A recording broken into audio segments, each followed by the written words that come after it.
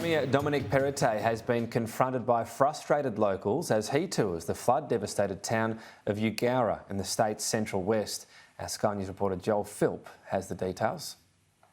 Look, the Premier is behind me here now at the SES centre that's been set up in the town of Eugowra. He's going to be later this afternoon touring the campsites, the makeshift places where people are staying, and then seeing some of those devastated communities across the main street of town and all around the area, really. But there is one local who I have to say didn't lose his home and possessions. He was on higher ground, but his family members have been severely impacted along with others in the town.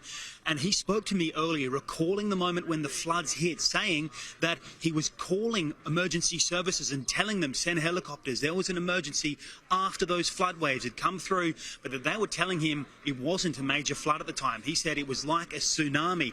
He wanted to voice his perspective to the Premier to make sure it was heard, because from his perspective, the local community were the people that saved lives here, and that there was, outside of the community, very little support provided when the floods first hit.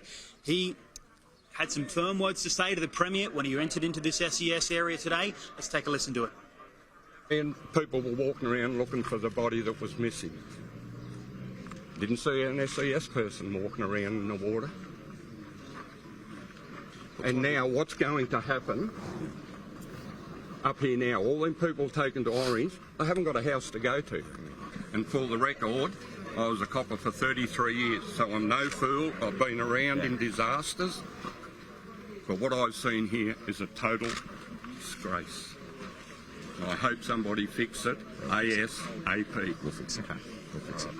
Go and talk to them up there. Yeah, Don't hop in the helicopter like the other day. Go up there and talk to them.